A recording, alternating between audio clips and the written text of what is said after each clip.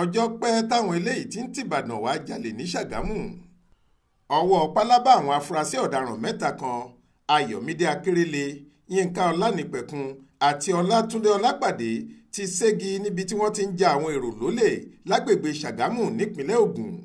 Láti ìlú Ìbàdàn nípínlẹ̀ Ọ̀yọ́ ni wọ́n ti wá ń fi ọkọ̀ one chance dọ́gbọ́nkọ́gbọ́n.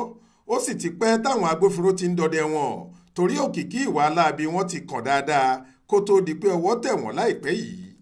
Alukoro iléeṣẹ́ ọlọ́pàá ìpínlẹ̀ Ògùn SP Ọmọlọ́lá Odùtọ́lá tó fìdí ìṣẹ̀lẹ̀ yìí múlẹ̀ sọ nínú àtẹ̀jáde kan tó fi ṣọwọ́ s'Aláròyé lọ́jọ́ Ajé Monday ọjọ́ 24 oṣù keje yìí pé ọpẹ́lọpẹ́ ẹnìkan ọ̀gbẹ́ni Isaac Alabi tó kàgbákò àwọn apamọ́lẹ́kúnjayé ẹ̀dá yìí lọ́sẹ̀ tó kọjá ló ran àwọn agbófinró lọ́wọ́ tọ́wọ́ fi bà wọ́n nígbẹ̀yìn.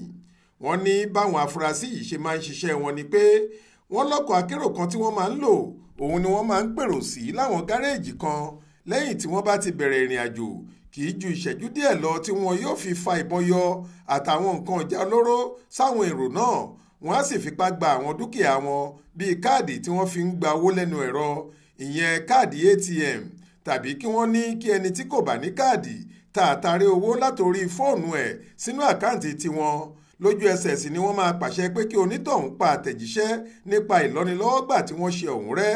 Lẹ́yìn èyí ni wọ́n máa gbé ère kan tí wọ́n so oògùn abẹnugọ̀ngọ̀ mọ́ lára jọ̀ngọ̀jọ̀ngọ̀ jáde. Wọ́n á tún fipá mú àwọn èrò tí wọ́n jà lólè ọ̀hún láti búra pé àwọn kò ní sọ ohun tójú wọn rí fún ẹ̀dá Ọlọ́run kan. Táwọn bá sì ṣe bẹ́ẹ̀ láabi oríṣiríṣi ni kó ṣẹlẹ̀ sáwọn. Àmọ́ pẹ̀lú ẹ̀ náà níṣe ni wọ́n máa ń ti àwọn èrò yìí bọ́lẹ̀ lórí eré tí wọn yóò sì ṣe àwọn ẹni ẹlẹ́ni léṣe yànmọ̀yànmọ̀. Irú ìwà àbèṣe yìí náà ni wọ́n hù sí ọ̀gbẹ́ni Isaac nígbà tọ́rọ̀ náà sì détí ìgbọ́ àwọn ọlọ́pàá.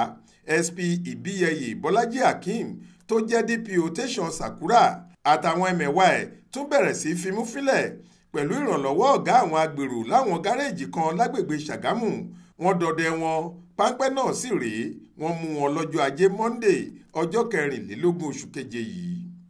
Ní tọlọ́pàá àwọn afurasí yìí jẹ́wọ́ pé lóòótọ́ làwọn ń jalè, olè one chance làwọn àti pé àwọn ò kì í ṣọmọ ìpínlẹ̀ Ògùn, àwọn ò sì gbé ìpínlẹ̀ Ògùn.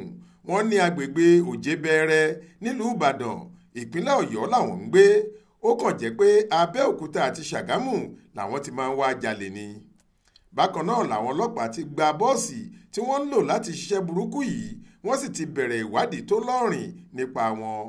Kọmíṣánná ọlọ́pàá ìpínlẹ̀ Ògùn CP Abiodun Mustapha Alamutu ti pàṣẹ pé gbàrà tí ìwádìí bá ti parí ni kí wọ́n taari àwọn mẹ́tẹ̀ẹ̀ta sílé ẹjọ́. Faith Adébọ́lá ló ń jábọ̀ ròyìn fún iléeṣẹ́ tẹlifíṣàn Aláròyé online.